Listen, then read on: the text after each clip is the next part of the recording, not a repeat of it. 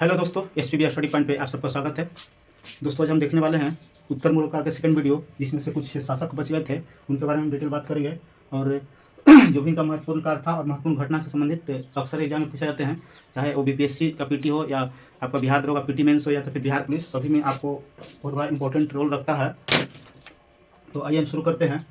इससे पहले हम देख चुके हैं पार्ट 1 में आपको जो उत्तर मुगल काल जब शुरू हुआ था, जो 1707 ईस्वी में जब औरंगजेब की मृत्यु हुई, उसके बाद उत्तर मुगल काल की शुरुआत हुई और किस तरह से एक मतलब कमजोर शासक का दौर शुरू होता है और एक अच्छा मतलब बलशाली शासक नहीं बन पाते हैं। और उसमें एक इनका पुत्र थे, 3 पुत्र थे औरंगजेब का, मुअज्जम, आजम और कामबख्श। इन दोनों में इन तीनों युद्ध में ये तीनों पुत्रों के बीच उत्तराधिकार का युद्ध भी लड़ा गया था, जिसमें मुख्य रूप से सबसे शक्तिशाली के रूप में आपको मुअज्जम अपने आप को सिद्ध कर पाया, क्योंकि 1707 में जब पिता की मृत्यु के बाद जजाऊ की युद्ध हुआ था तो आजम के साथ लड़ा। और सेकंड जब 2 साल के बाद एक और कामबख्श बचा हुआ था, उसको बीजापुर युद्ध में मार डाला था और इस तरह से उन्होंने अपने आप को श्रेष्ठ शासक रूप में साबित किया। उसके बाद आए जहांदार शाह, उसके बाद कई अन्य और शासक आए, जिसमें से थे आपका फरुखसियर थे, जिनको घिरित के नाम से जानते हैं। एक मोहम्मद शाह थे, जिनको रोशन अख्तर या मोहम्मद शाह रंगीला के नाम से जानते हैं। उसके बाद आते हैं आपका अहमद शाह, और कुछ इस बाद अहमद शाह हो जाते हैं। उसके बाद आलमगीर द्वितीय होता है, जो आलमगीर द्वितीय, शाह आलम द्वितीय का दौर शुरू होता है। अकबर द्वितीय, बहादुर शाह द्वितीय वाले सब हैं, तो इसको ध्यान से देखिएगा। और ये पार्ट सेकंड को, यानी उत्तर मुगल काल के द्वितीय वीडियो को हम शुरू करते हैं अहमद शाह अब्दाली से। तो अहमद शाह इनको नाम था, अब्दाली नहीं था, क्योंकि एक अफगान शासक हमला किया था इनके टाइम में, इनको अहमद शाह अब्दाली नाम था। हम देखेंगे तो अहमद शाह, इनकी शासनकाल से कोई विशेष रूप से आपको क्वेश्चन नहीं पूछाता, इसलिए शासनकाल उतना इंपॉर्टेंट नहीं हो जाता है, फिर मैंने मेंशन कर दिया है याद रखने के लिए। तो अहमद शाह शासक था, उन्होंने 1748 से 54 तक शासन किया। इसने सफदरगंज अवध का सूबेदार थे। तो आपको पूछे कि किस जो अहमद शाह जो सूबेदार अपना वजीर नियुक्त किया था या पीएम नियुक्त किया था, वो कहाँ का सूबेदार था? तो आपका अवध का सूबेदार था, जिसको वजीर सफदरजंग को नियुक्त किया अहमद शाह ने।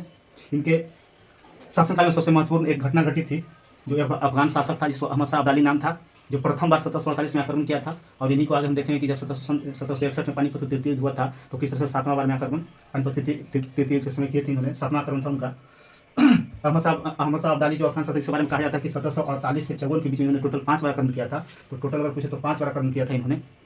ये इसको भी देख लेते हैं। सबसे महत्वपूर्ण घटना यह है कि अफगान शासक अहमद शाह अब्दाली का प्रथम आक्रमण 1748 में अहमद शाह के ही शासनकाल में हुई थी, इसलिए इसको हम इस पर कह सकते हैं कि अहमद शाह के शासनकाल में अहमद शाह अब्दाली का आक्रमण 1748 में जो प्रथम आक्रमण था, और यह अफगान शासक था अहमद शाह अब्दाली, और अहमद शाह एक मुगल शासक था। अहमद शाह अब्दाली को ही एक अन्य नाम से जानते हैं, युग का मोती या दुरानी के नाम से अहमद शाह अब्दाली को ही जानते हैं। तो कहीं कहीं आपको क्वेश्चन फंसाएगा कि किस अफगान शासक को युग का मोती या दुरानी के नाम से जानते हैं, तो अहमद शाह अब्दाली को जानते हैं। इनके बाद आते हैं आलमगीर द्वितीय का दौर शुरू होता है। आलमगीर द्वितीय, शाह आलम द्वितीय, अकबर द्वितीय, बहादुर शाह द्वितीय। बहादुर शाह अंतिम शासक हो जाएंगे मुगल वंश का। तो आलमगीर द्वितीय, इनके शासनकाल था 1754 से 48 तक। 4 सालों के शासनकाल में एक बहुत महत्वपूर्ण घटना घटा, जिसको हम लोग जानते हैं प्लासी युद्ध के नाम से। इसको देख लेते हैं। आलमगीर द्वितीय, यह जहांदार शाह का पुत्र था। इसका असली नाम अजीजुद्दीन था। अजीजुद्दीन वास्तविक नाम था। इसने आलमगीर द्वितीय की उपाधि से इन्होंने मुगल सिंहासन पर बैठा। आलमगीर द्वितीय इसका उपाधि था, इसको इसलिए आलमगीर द्वितीय के नाम से जानते हैं। इसका ओरिजिनल नाम अजीजुद्दीन था। ये जहांदार शाह का पुत्र था। और कोई क्वेश्चन फंसाएगा कि किस मुगल शासक ने आलमगीर द्वितीय नाम की उपाधि से मुगल शासन पर बैठा था, तो आप बता सकते हैं कि अजीजुद्दीन था, जो जहांदार शाह का पुत्र था। इस शासनकाल में भी एक सबसे महत्वपूर्ण घटना घटी, जिसको प्लासी युद्ध के नाम से जानते हैं। तो आपको पूछा कि प्लासी का युद्ध किस मुगलकालीन शासक के शासनकाल में प्लासी का युद्ध हुआ था? तो आलमगीर द्वितीय के शासनकाल में प्लासी का युद्ध हुआ था। 23 जून 1757 को प्लासी युद्ध। द्वितीय के बाद शाह आलम द्वितीय आते हैं। आलमगीर द्वितीय के बाद इसको इस तरह से याद करते हैं कि आशा आलमगीर आशा से हो जाएगा आलमगीर, और शाह आलम द्वितीय, और अब से हो जाएगा अकबर और बहादुर शाह। तो एक ट्रिक आप छोटा सा अपना सकते हैं कि आशा अब्द, आलमगीर द्वितीय, शाह आलम द्वितीय, अकबर द्वितीय और बहादुर शाह द्वितीय। तो इस तरह छोटे छोटे ट्रिक भी आप इस्तेमाल कर सकते हैं याद करने में इसको। अब आते हैं शाह आलम द्वितीय के शासन के पास। इसकी शासन का 1764 तक रहा, एक लंबा शासनकाल। फिर भी बीच बीच में इसको अंग्रेज ने अपदस्थ करके इसको अपने संरक्षण में ले लिया था, बट कुछ स्थानीय राजाओं के सहयोग से फिर से मुगल सत्ता पे काबू हुआ था 1772 में। तो इसको डिटेल देख लेते हैं। इसका असली नाम अली गौहर था। शाह आलम द्वितीय का असली नाम अली गौहर था। तो बिहार दरोगा बीपीएससी या फिर बिहार पुलिस बहुत सारे एग्जाम में इसका उपनाम ही पूछ लिया जाता है, या उपाधि पूछ लिया जाता है। इस आप याद रखिएगा, क्योंकि जब ये अली गौहर के नाम से गद्दी पर, इस वास्तविक नाम था, इसने शाह आलम द्वितीय की उपाधि से गद्दी प्राप्त किया। तो इनके भी शासनकाल में बहुत सारी घटनाएं घटी, जो सबसे महत्वपूर्ण रूप से आप देख सकते हैं कि 1761 में पानीपत का तृतीय युद्ध हुआ था। पानीपत का तीसरा युद्ध 1761 में अहमद शाह अब्दाली और मराठों के बीच हुआ। अहमद शाह अब्दाली एवं मराठों के बीच हुआ। तो पूछता है कि मराठा सरदार कौन था, तो मराठा सरदार सदाशिव भाव था। सदाशिव भाव मराठा शासक सदाशिव भाव था, और अफगान शासक अहमद शाह अब्दाली, और मराठा शासक सदाशिव भाव था, जिन्होंने 1761 में पानीपत तृतीय दिन एक दूसरे के आमने सामने हो गए थे, जिसमें सदाशिव की हार हुई थी। सदाशिव तो मराठा सदाशिव इसकी हार हो गई थी। अहमद शाह अब्दाली अफगान शासक जीत गए थे। तो इस प्रकार से हमने एक पॉइंट एक्स्ट्रा समझ लिया कि पानीपत तृतीय युद्ध के समय मराठा सरदार कौन था, तो सदाशिव भाव था। आगे देखते हैं, अहमद शाह अब्दाली मराठों के बीच हुआ, जो अभी हम बता दिया आपको। अहमद शाह अब्दाली अफगान शासक और मराठा जो सदाशिव भाव था, यह अहमद शाह अब्दाली का 7वां आक्रमण था। तो पूछ सकता है कभी कॉम्प्लिकेटेड बनाने के लिए कि अहमद शाह अब्दाली जो पानीपत के तीसरा युद्ध में हमला जब भारत पे किया था, तो उस टाइम उसका कैमा आक्रमण था, तो 7वां आक्रमण था। पहली आक्रमण की बात करें तो 1748 में अहमद शाह के शासनकाल में किया था, तो 7वां आक्रमण था जो पानीपत तृतीय युद्ध के दौरान किया था।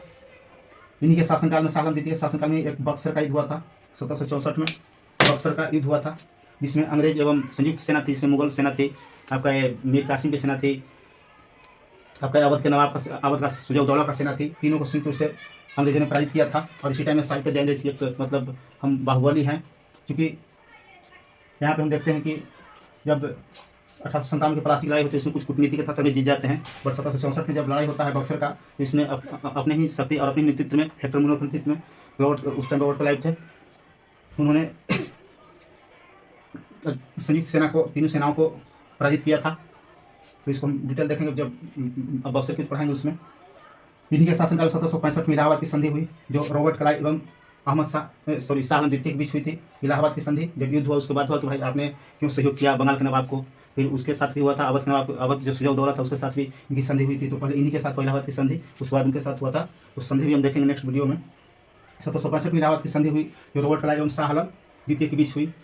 इसी संधि के तहत अंग्रेजों ने अपने संरक्षण में इनको ले लिया था। इसी संधि जो रॉबर्ट हुआ था इलाहाबाद की संधि, और बहुत सारे पैसा भी दिया था, कुछ अपना जो आपका इनका जो शासन में था, जो भी साम्राज्य था, कुछ भाग भी दिए थे इनको। तो उसको हम डिटेल में देख लेंगे आगे। इलाहाबाद की संधि के तहत जो रॉबर्ट क्लाइव और शाह आलम द्वितीय के बीच हुआ था, इसी के संधि के तहत इनको संरक्षण में, शाह आलम द्वितीय को संरक्षण में ले लिया गया था, अंग्रेज संरक्षण में, जो 1764 से 72 तक रहा था, और इलाहाबाद में इनको रखा गया था। बट कुछ दिन बाद 1772 में महादजी सिंधिया एक मराठा सरदार थे, महादजी सिंधिया की सहायता से 1772 ईस्वी में दिल्ली की सियासत पर पूरा मतलब अपना राज्याधिपति प्राप्त किए। उन्होंने दिल्ली के सियासत में बैठे। इसी तरह चलता गया इनका समय। बट एक समय आया 1803 में जनरल लेक की सहयोग से, जनरल लेक आप याद रखिएगा किसकी सहयोग से, इसे 1803 में अंग्रेजी के संरक्षण में रख दिया गया था। तो 1803 में अंग्रेजी में जनरल लेक की सहयोग से शाह आलम द्वितीय को अंग्रेजी संरक्षण प्राप्त हुआ, अंग्रेजी संरक्षण प्राप्त हुआ। इसके बाद जब अंग्रेजी को संरक्षण में लिया, तो इसके बाद अकबर द्वितीय आते हैं। और इससे क्वेश्चन बहुत बार पूछा है, बहुत एग्जाम में पूछा है कि राजा राम मोहन राय को राजा की उपाधि किसने दिया था, तो अकबर द्वितीय ने दिया था। वह कौन प्रथम मुगल शासक था जिन्होंने अंग्रेज के संरक्षण में राज्याधिपति प्राप्त किया था, तो यही अकबर द्वितीय हो जाएंगे। बस यहाँ से 2 क्वेश्चन पूछेगा, इससे ज़्यादा नहीं पूछेगा, जिससे ज़्यादा दिमाग नहीं लगाना है। बस याद देखिए अकबर द्वितीय 1806 से 1837 तक, यह प्रथम मुगल शासक है जो अंग्रेज के संरक्षण में शासक बना था, अंग्रेज के संरक्षण में शासक बना था। राजा राम मोहन राय को राजा की उपाधि प्रदान की थी, छूट गया था।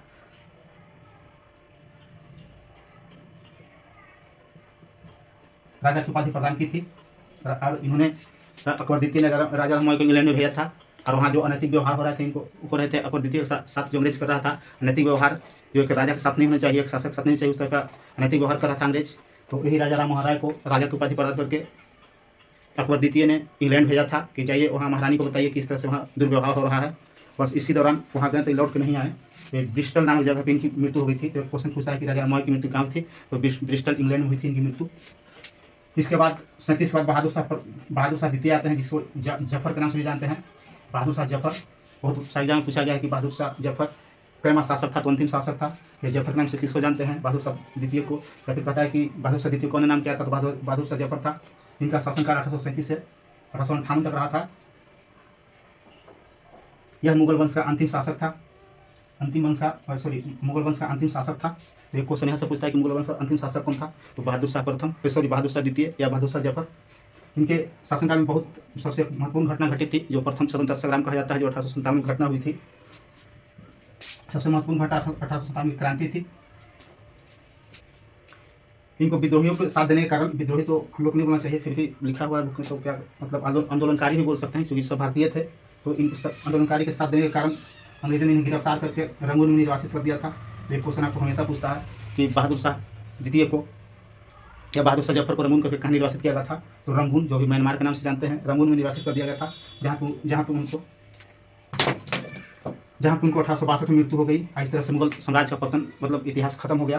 तो 1862 में आप सोच सकते हैं कि कितना इसका लंबा इतिहास रहा। पानीपत के प्रथम युद्ध 1526 से एंट्री मारा और 1862 तक रहा। तो बहुत लंबा कार्यकाल है इसका। और 1862 को अनंतर बहादुर शाह द्वितीय के साथ ही इसका मुगल साम्राज्य का अंत हो गया। तो इस प्रकार से उत्तर मुगल काल का 2 वीडियो है, आप देख लीजिएगा। इसको देखने के बाद उत्तर मुगल काल से क्वेश्चन एक भी नहीं छूटेगा। कोई भी सेट मारिए, कोई भी बुक पढ़ लीजिए, हर एक जगह मिलेगा इसका वर्णन। और एग्जाम में तो टू द पॉइंट हम पढ़ाए हैं, टू द पॉइंट ही आता है एग्जाम में। इस प्रकार से आप देखिएगा 1-2 बार, और वीडियो अच्छा लगे तो लाइक सब्सक्राइब जरूर कीजिएगा। धन्यवाद।